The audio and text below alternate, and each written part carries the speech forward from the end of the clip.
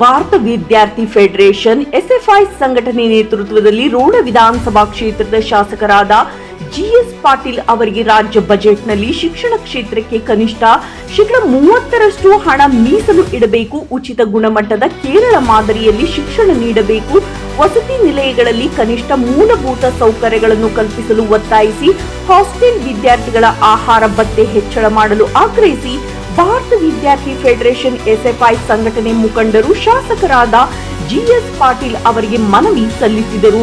SFI ಜಿಲ್ಲಾ ಅಧ್ಯಕ್ಷರಾದ ಚಂದ್ರು ರಾಠೋಡ್ ಮಾತನಾಡಿ, ರಾಜ್ಯದ ಶಿಕ್ಷಣ ವ್ಯವಸ್ಥೆಯನ್ನು ಸಮಗ್ರವಾಗಿ ಅಭಿವೃದ್ಧಿಪಡಿಸಲು ಮಾರ್ಚ್ 6ರಂದು ಮಂಡನೆಯಾಗಲಿರುವ ರಾಜ್ಯ ಬಜೆಟ್ನಲ್ಲಿ ವಿದ್ಯಾರ್ಥಿಗಳ ಬೇಡಿಕೆಗಳನ್ನು ಈಡೇರಿಸಬೇಕು. ಸಾರ್ವಜನಿಕ ಶಿಕ್ಷಣ ವ್ಯವಸ್ಥೆಯನ್ನು ಅಭಿವೃದ್ಧಿಪಡಿಸಲು ಶಿಕ್ಷಣ ತಜ್ಞರಾದ ಕೊಠಾರಿ ಆಯೋಗದ ಶಿಫಾರಸಿನಂತೆ ರಾಜ್ಯ ಸರ್ಕಾರ ಬಜೆಟ್ನಲ್ಲಿ ಕನಿಷ್ಠ 30% ಹಣ ಶಿಕ್ಷಣ ಕ್ಷೇತ್ರಕ್ಕೆ ಮೀಸಲು ಇಡಬೇಕು ಎಂದು ಹಲವು ವರ್ಷಗಳಿಂದ ಹೋರಾಟ ಮುಂದುವರಿಯುತ್ತಿದ್ದರೂ ಶಿಕ್ಷಣ ಕ್ಷೇತ್ರಕ್ಕೆ ಪ್ರತಿ ಬಜೆಟ್ನಲ್ಲಿ ಹಣ ಕಡಿತ ಮಾಡಿ ಸರಾಸರಿ ಕೇವಲ 11% ಹಣ ನೀಡುತ್ತಿರುವುದು ಖಂಡನೀಯ.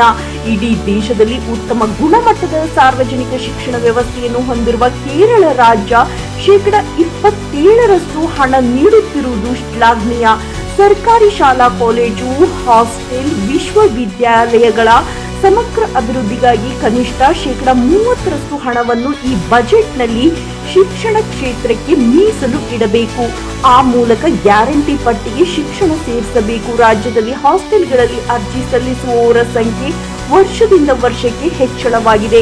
ಹಾಸ್ಟೆಲ್ಗೆ ಅರ್ಜಿ ಸಲ್ಲಿಸುತ್ತಿರುವವರು ಗ್ರಾಮೀಣ ಪ್ರದೇಶದ ರೈತ, ಕೂಲಿ ಕಾರ್ಮಿಕ, ದಲಿತ, ಹಿಂದುಳಿದ ವರ್ಗದ ಬಡ ವಿದ್ಯಾರ್ಥಿಗಳ ಹಾಸ್ಟೆಲ್ ಬಯಸಿ ಅರ್ಜಿ ಸಲ್ಲಿಸಿದರೆ ಪ್ರವೇಶ ಸಿಗುತ್ತಿಲ್ಲ. ಆದ್ದರಿಂದ ಹಾಸ್ಟೆಲ್ಗಳ ಸಂಖ್ಯೆಯನ್ನು ಹೆಚ್ಚಿಸಬೇಕು.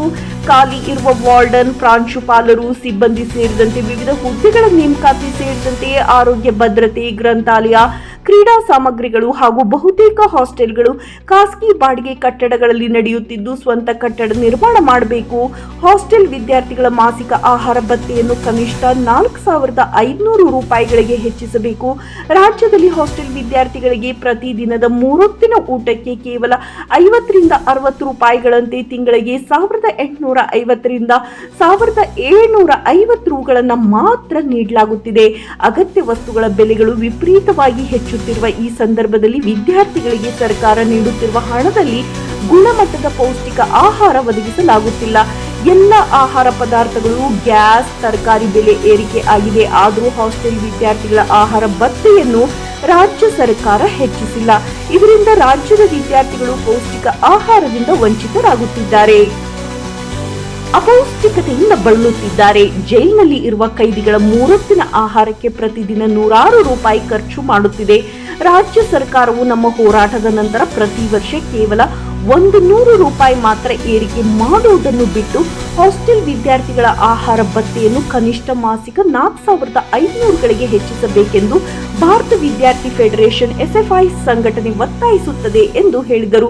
ನಂತರ ಮನವಿ ಸ್ವೀಕರಿಸಿ ರಾಜ್ಯ ಸರ್ಕಾರದ ಗಮನಕ್ಕೆ ತರಲಾಗುವುದು ಎಂದು ಶಾಸಕರು ಹೇಳಿದರು. ಈ ಸಂದರ್ಭದಲ್ಲಿ ಎಸ್ಎಫ್ಐ ಜಿಲ್ಲಾ ಅಧ್ಯಕ್ಷರಾದ ಚಂದ್ರು ರಾಠೋಡ್, ಶಾಸಕರಾದ ಜಿಎಸ್ ಪಾಟೀಲ್, ಎಸ್ಎಫ್ಐ ಮುಖಂಡರಾದ ಗುರು ಶಾಂತಗೌಡರ್, ಲಾಲ್ ಸಾಬ್ ನದಾಫ್, ಸುಪ್ರೀತ್ ಇದ್ದರು. ವರದಿ ಶ್ರೀಕಾಂತ್ ಅಂಗಡಿ, ಗಜೇಂದ್ರಗಡ.